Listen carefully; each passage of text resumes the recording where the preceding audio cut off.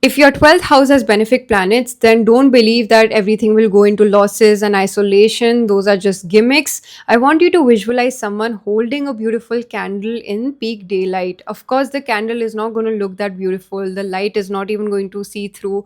But if you actually keep that candle in a dark room, it's going to look so radiant. The aura is going to completely change. That is why, if you have benefics in the 12th house, you don't like being around a lot of people and you actually grow in isolation. According to BPHS, if your 12th lord is exalted, if it's placed in its own sign or joined by a benefic planet, then your expenses are made on good accounts. They become constructive and beneficial for you. 12th house gives you that kind of loner energy, but for you, it's not isolation or loner energy, but it's actually solitude. It's the house of giving things up. And that's why with benefics here, you can never ever say no to people. You will always hesitate to say no. 12th house is also the bed, and I've seen these people get great ideas right when they're just about to go to sleep or when they just wake up, sometimes even in the middle of the night. So I want you to keep a notepad near you, and if you have planets like Jupiter, I want you to read at least 2 pages before you go to sleep. With Mercury over here, you can keep a tab on your expenses when you're sitting on your bed. 12th house represents the blessings we get that are not even visible to us at times, and that's why I want you to know you carry a very powerful divine torch with you. When the benefics of your 12th house bless you, they actually take you to a foreign land, because 12th house represents loss of our own identity.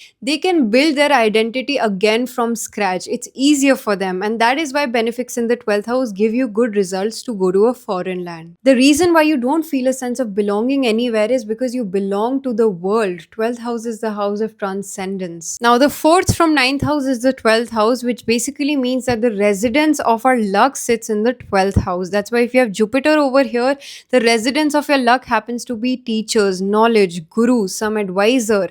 It's your ability to connect with God. If you have Mercury over here, then advisor happens to be the way you manage things, the way you negotiate. That is how you open up luck. So the residence where your luck actually stays is your 12th house. Now, if you actually want planets in the 12th to bless you rather than giving you losses, I want you to do seva related to the planet you have without preaching to the world about it. Because the more you'll do in secret, the more this invisible hand will fill your pocket. 12th house blesses us when we surrender, when we give rather than receiving. That's why if you have Jupiter here, I want you to teach without wanting anything in return. If you have Moon over here, help elderly women, help orphans. Now, 12th house is like Pisces, it's a flow of water. That's why you can never hold grudges related to any planet in the 12th house. It's important for you to let the water flow if you want abundance. You also need to check where the lord of your 12th is placed in the chart.